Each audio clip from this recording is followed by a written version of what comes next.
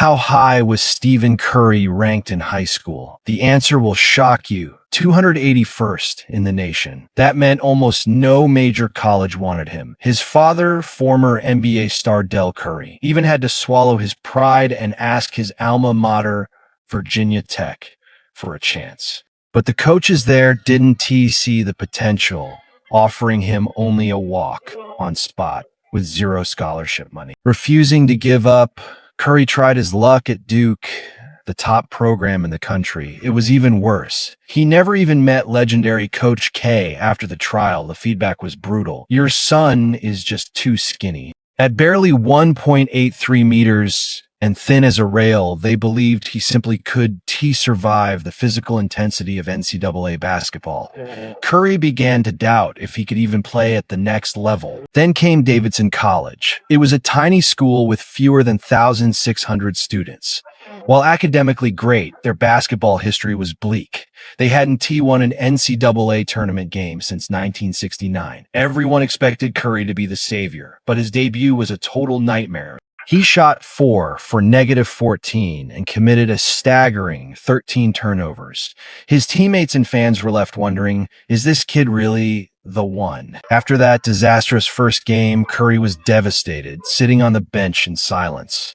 But Coach Bob McKillop walked over, patted his shoulder, and said, "Don't worry, you're starting again tomorrow." In the second game, the pressure was suffocating. Curry's first few shots were ugly, hitting the side of the backboard and even an air ball. Even Coach McKillop started to sweat, questioning if he had misjudged the kid's talent. Then everything changed. From the 45-degree angle, Curry caught a pass and let it fly, swish.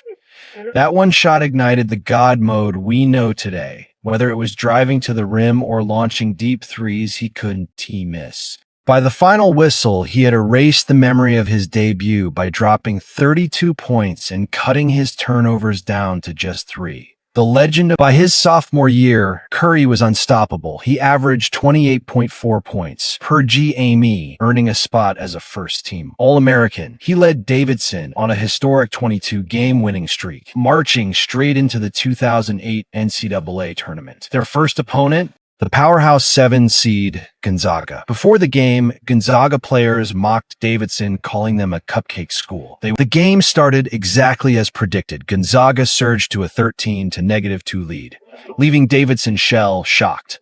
But then Curry woke up. He drained 3 consecutive triples to tie the game, turning it into a back-and-forth war. With the score tied at 74 and only seconds left, Curry used a screen, stepped back, and buried a cold-blooded dagger. It was Davidson's first tournament win since 1969, and the world was finally watching. The celebration didn't last long, as their next opponent was the 2-seed Georgetown. A team of giants like Roy Hibbert and Patrick Ewing Jr. Davidson trailed by as many as 17 points, and the Georgetown fans were already cheering. But in the second half, Curry became a ghost, haunting the defense with impossible shots. Davidson completed the 74-70 comeback, proving that heart and shooting will always beat size. Curry was on fire, exploding for 30 points with a massive 18 points in the fourth quarter alone. Suddenly, the name Curry was echoing across the entire nation. Even the NBA's rising king, LeBron James, became a certified fan. By the third round against Wisconsin, LeBron was sitting courtside just to witness the baby-faced assassin in person. Curry didn't disappoint, dropping 33 points to send Wisconsin packing and leading Davidson into the Elite Eight. The highlight of the night. An incredible and one finish where Curry maintained focus through mid-air contact. Cameras immediately cut to LeBron James, who was left speechless with his jaw on the floor. Nobody could have guessed these two would one day become the greatest rivals in NBA history. The Dream Run finally met its match in the Elite Eight against a powerhouse Kansas squad featuring 5 future NBA first-rounders. Despite a heartbreaking loss, the legend was already cemented. At the post-game press conference, the only question on every reporter's mind was, "Stephen, are you ready for the NBA?" The world knew the college stage was now too small for him. Flash forward to the 2009 NBA Drive Aft at Madison Square Garden. Blake Griffin and James Harden were already off the board. Curry was seen chatting with Knicks executives, seemingly destined for New York. But when David Stern announced the 7th pick, the Golden State Warriors shocked everyone by snatching him up. Curry and the New York fans were collectively stunned. Plans had officially changed. The disappointment in New York was palpable, but for Warriors coach Don Nelson, this was a calculated heist. Nelson had been watching Curry since that magical March run and saw a killer behind that innocent smile. He knew Curry's elite shooting and high basketball IQ were the keys to a modern revolution.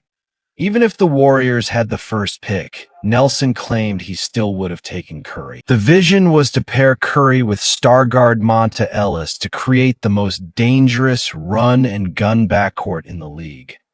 But as a rookie, Curry had to pay his dues. He was treated like a typical little brother, carrying veterans' luggage, and even dealing with the classic popcorn in the car prank.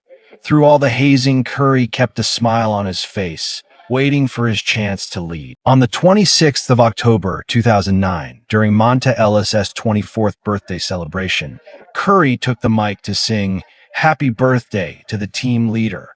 While his singing was shaky, his intention was to bridge the gap. Ellis, however, remained skeptical, famously telling the media that he and Curry simply could coexist on the floor. The tension in the locker room was reaching a boiling point before the season even started. The 29th of October, 2009, the debut, Curry stepped onto the NBA hardwood and immediately looked like he belonged, recording a beautiful assist on his first few possessions. When the Rockets tried to bully him with veteran defender Trevor Ariza, Curry showed his grit by snatching the ball right out of Ariza's hands. He finished with 14 points, 7 assists, and 4 steals, proving the Warriors hadn't made a mistake. While Monta Ellis faced legal scandals and personal turmoil, Curry's personal life was a stark contrast as he prepared for his wedding to Aisha. The public's demand to build around Curry grew louder as his maturity shone through. In July 2010, Joe Lacob bought the team for $450 million and initiated a ruthless reform. Don Nelson was out and a new era of management was in. The turning point came when the legendary Jerry West joined as an advisor. His first bold advice: trade Monta Ellis and make Curry the undisputed core. Just as the plan was set, disaster struck. Curry required a high-risk surgery involving donor tissue to save his career. The future of the franchise was now resting on a single operating table.